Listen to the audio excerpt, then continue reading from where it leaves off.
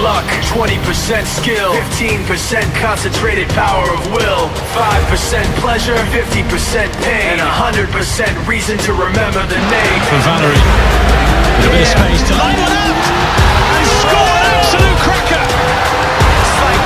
Southampton are digging in the relegation scrap and have.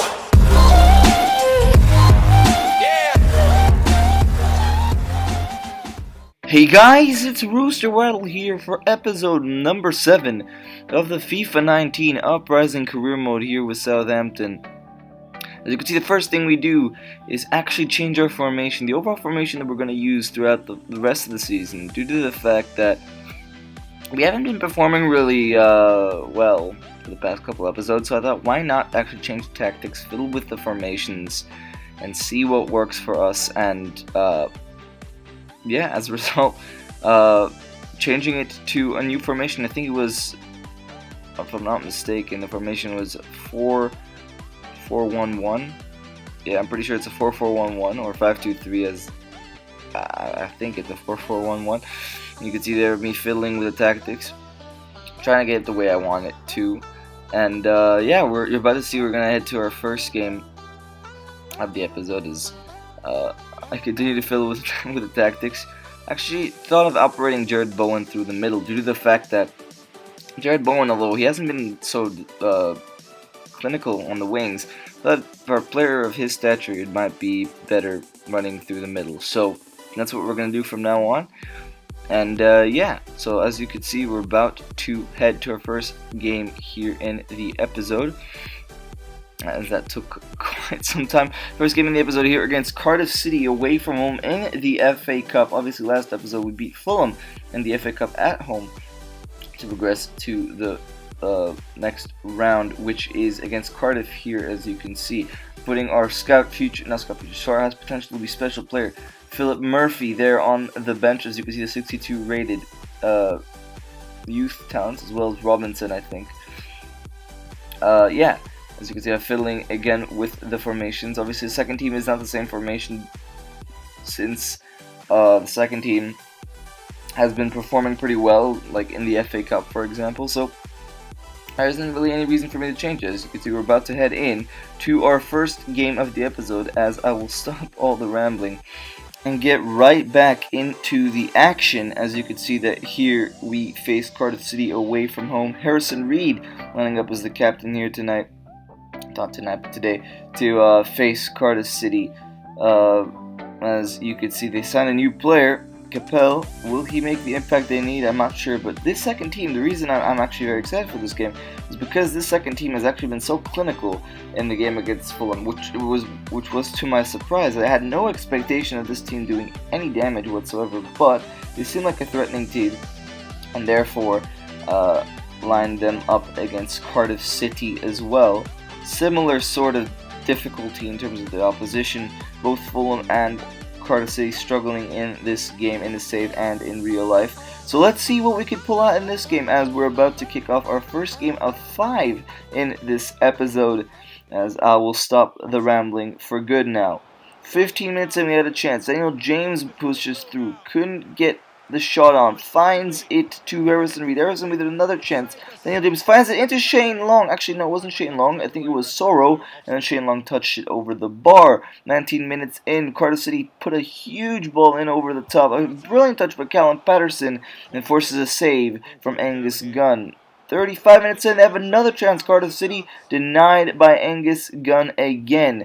Armstrong finds it into Jake Sims now, crossing the ball in. 41 minutes in, and Daniel James gets his first goal in Southampton colours since signing in the summer for us from Swansea here in the FA Cup. Ironically, scoring in his home country of Wales here today. Jake Sims does really well to get down the byline and puts in a decent ball in. A ball that, I mean, it was a cross, but a ball that bounced right in front of the keeper. The keeper was indecisive whether to come out or to stay in his goal, and he paid for that, as you can see. Daniel James with a sublime finish in the back of the net. But 73 minutes in, Callum Patterson finds a space, whips it into Junior Hoylett, the Canadian, who has a free header and scores it and makes it 1-1 here. So as it remains, we're going to go on into a replay But the question is that going to be the remaining result for this game? You're about to find out. 74 minutes in, they get a goal. 79 minutes in, ball's whipped in, we clear it off the line. Sean Morrison ends it back into Junior Hoylett, and Jake Sims, the guy who is so good in this game, pushes Junior Hoylett to the ground, and they get a penalty. So how ironic is that? In the Premier League fixture here in Cardiff City, we earned 2 penalties to win the game, and here they have a chance to score the winning penalty with winning goal with a penalty. That's what I was gonna say. As you can see, they're Neil Warnock kind of frustrated. It's Daniel James coming off for Philip Murphy for his debut. I thought, why not bring him on? He might make an impact. Well, Raul steps up the number 8 and puts it past Angus Gunn to break Southampton hearts. The question is, can we now come back? Can we come back like we've done so many times this season in order to score a goal here against Cardiff to make it 2-2? The result is you're about to find out. As here, Jake Sims finds the ball, runs down the wing. The number 39 finds in front of Etheridge, and he could not score that.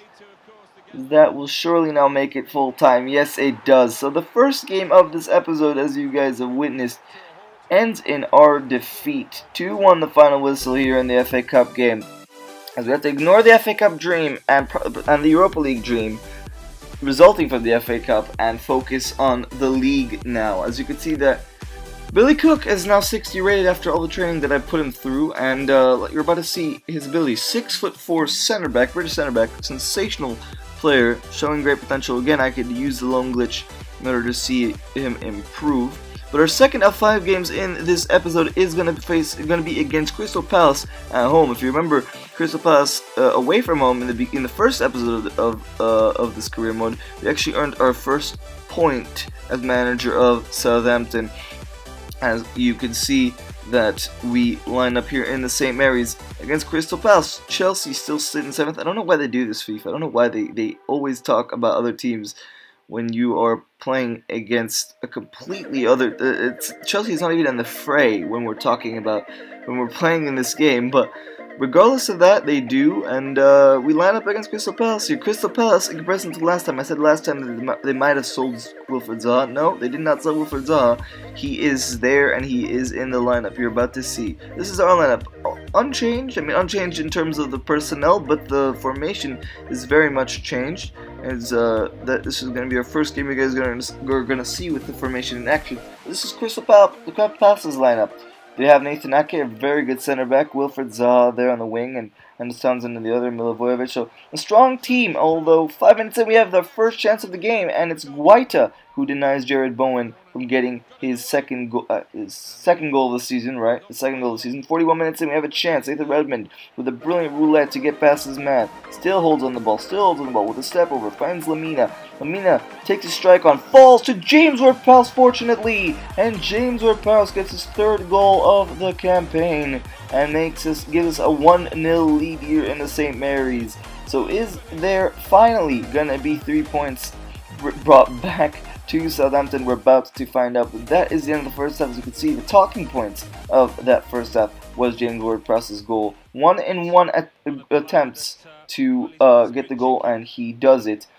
A mistake from the back leads Crystal Palace for a chance to one goal, and Crystal Palace find it back to Anders Townsend, and a brilliant save by Angus Gunn, but no one was there to parry that, to clear that away, and Batshuayi gets the equalizer. And I've realized that most of my mistakes have come from goalkeeper errors, from delivering errors by the goalkeeper. So I'm gonna have to improve on that in order to see improve in general. As you can see that they have a massive chance to score again tonight by Angus Gunn. What an absolute legend he has been this season. Ball left in by James Ward-Prowse, 69 minutes in, and who else but Mario Lamina? He scored an exact replica of this goal against Chelsea in St. Mary's in the series so far, and he's got another one exactly the same. As we take a 2-1 lead, 69 minutes in, we have a chance. Jota put through on goal from Danny Ings. Jota to get his first goal since signing from Benfica, but blazes it over the bar.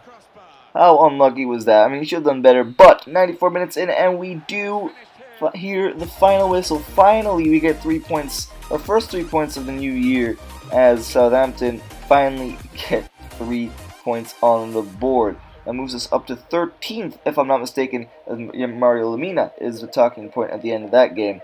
So to the second game of 5 in this episode, we beat Crystal Palace. But transfer deadline goes, and I thought, why not sign 2 utility players?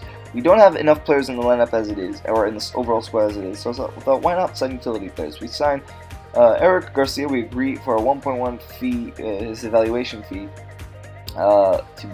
and Man City met that. We offer him a sporadic first team role. He accepts a 5-year contract. He accepts, and we give him the wage he wants. Second signing in this transfer deadline is actually going to be Bryan Gil, this youngster, a 17-year-old youngster from Sevilla, 65 rated 17-year-old winger from Sevilla, and he's going to be. We give him a prospect role. We paid his release fee due to the fact that we couldn't sign him immediately. We give him a 4-year contract. He agrees. We disregarded the release clause, and we put him in, and we make him join our squad. You can see we gave Eric Garcia the number 3, as we give Billy Cook the number 30, if I'm not mistaken, yes. And there we give Bryan Gil the number 31, you're about to see right there. So 2 signings in deadline day, 4 signings overall in this transfer window, as we hope to see us progress in years to come with these signings. As you can see, our third of 5 games is against Burnley away from home. The reason they tell us that we need to change our lineup is due to the fact that what's his name? Che Adams picked up a bit of an injury in the last match against Crystal Palace, and he will miss out this game. So we had to put in Danny Ings for him. As you can see, Gil's already gone up by a rating, and Eric Garcia there. Obviously not going to be featured in this game. I just wanted to float over the players, because I wanted to see their stats more in depth. But our third of 5 games in this episode is going to be against Burnley away from home. And Burnley away from home, like Bournemouth, are not an easy team. They are almost boosted by the fact that they play at home, and they play on a whole different level at home versus away from home. So this is going to be a tough game here against Burnley, as it's going to be our third of 5. I already said that 3 times, so it's a treble. Not really a funny joke, but that doesn't matter, as we see Burnley's lineup. They have players like Morgan Sanson, Vincent Abubakar, so like very decent players, and Patrick Cutrone that Burnley have said. So this is not going to be an easy game, as this is our lineup. We line up the same exact way we lined up against Crystal Palace, as a winning formula results in maintaining the same team over and over again, except the fact that Danny Ings is in that lineup instead of Che Adams. As you see, the first chance falls to Burnley 6 minutes in. Shilio picks it up, finds Goodmanson, finds Vincent Abubakar. That's his debut in this game. Header found off the post, and Aaron Lennon is there to turn it in to make it 1-0. So totally Burnley is on an easy game, and 6 minutes in, we see that firsthand. Aaron Lennon makes it 1-0 here in Turf Moor, 6 minutes in, although 15 minutes in. I run down with James Ward-Prowse, I lose the ball, and it looks like I actually meant to tackle that player, but I actually did not mean. I pressed the X button on the Xbox to cross it in, or the square button on PS4 to cross it in, but it actually pushed me into a tackle, which meant that we are on 10 men here early on in this game, 1-0 down. So things look bleak so far in this game. An injured Che Adams, Danny Ings in there, and a red card now to James Ward-Prowse. So things will have to improve, and that's exactly what they show here. 26 minutes in, we have a chance. The ball hits the crossbar by Shane Long. Brilliant move by Nathan Redmond to find him in the first place, but unlucky there. 38 minutes in, Redmond goes down the line, beats Mattia De Chilio, gets inside, finds it into Shane Long, but denied again by the goalkeeper. A brilliant chance, but just smothered away from the goalkeeper. 49 minutes in, they hit the post as they are denied, and the ball back in by Patrick Cutrone is very poor. We have a chance. 53 minutes in, Daniel James cuts back, whips the ball in, finds Danny Ings, and he hits the post. So 10-man Southampton, but we are inspired. We look inspired at the moment. Jan Valery does what he does best, winning the ball up, finds Daniel James, who came in for Jared Bowen, looks for space, cuts back inside, finds it to Pierre-Emile Højbjerg, who gives us the equalizer. With 10 men, Southampton coming back in this game, but it's not enough, although a point with 10 men will be enough regardless, if you ask me, as we get a point here, a critical point, a crucial point, to maintain us in that mid-table spot.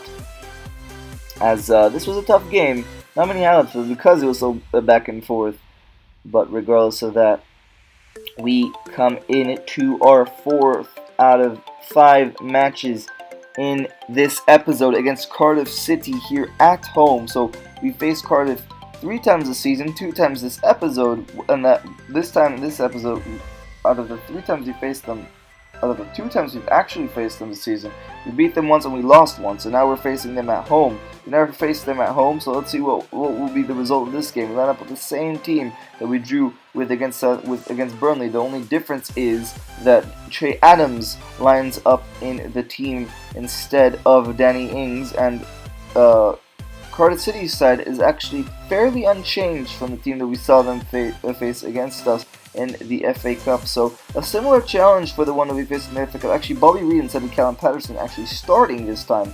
So a similar challenge, but not quite the same, as we kick off our 4th out of 5 games in this episode. 20 minutes in, Cardiff have a chance. It falls in to their player, denied by Angus. I think it was Junior Hoyle who had a chance. 39 minutes in, they have another chance. Greg Cunningham finds it down to Junior Hoyle. Junior Hoyle runs down the byline, whips it in, finds it into Harry Yarder, and the man who's on loan from Bournemouth scores against the South Coast rival and makes it 1-0 to Cardiff City 40 minutes in. So number 7 gets a goal as we look to come back.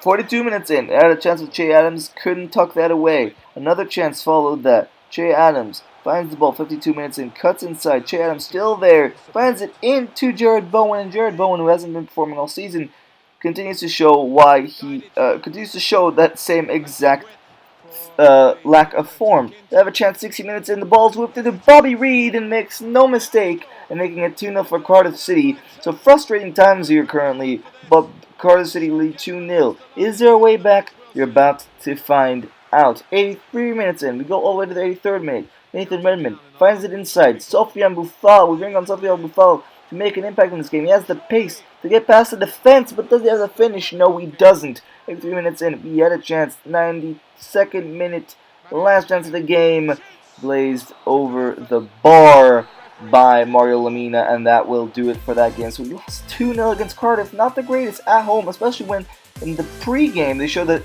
they were the lowest scoring side away from home. So continuing 2 against the lowest scoring side away from home isn't the greatest feat, as we head into our 5th and final game, and a critical game in that, against Leicester City, who sit a point above us in the table as it stands. We are in 13th and they're in 12th, if I'm not mistaken, or maybe in this, I think in this moment we are maybe 14th after the loss against Cardiff City. I'm not so sure, but we head into this Cardiff game, our 5th and final game of the episode. It's been a pretty eventful episode as we face them here away from home. Leicester against Southampton. The last game we faced against Leicester City, I think it was a draw. I'm not really. I can't really remember that. Although you can see that players to watch. Che Adams is again featured, as he gone quite far down the table of top scorers, as he hasn't been really as consistent as he was in the beginning of the season. But regardless of that, this is the Leicester City lineup. Leicester City lining up with Gomez, the Uruguayan striker whom we have as an RC Celta de Vigo, a brilliant signing from Leicester City. He's going to be one to watch in this game for a certain fact. Southampton now line up with the same exact formation, except James Ward-Prowse moving into camp, because I kind of fell apart with Jared Bowen. I'm kind of frustrated with him and his displays that he's shown in the games. So I took him off the squad.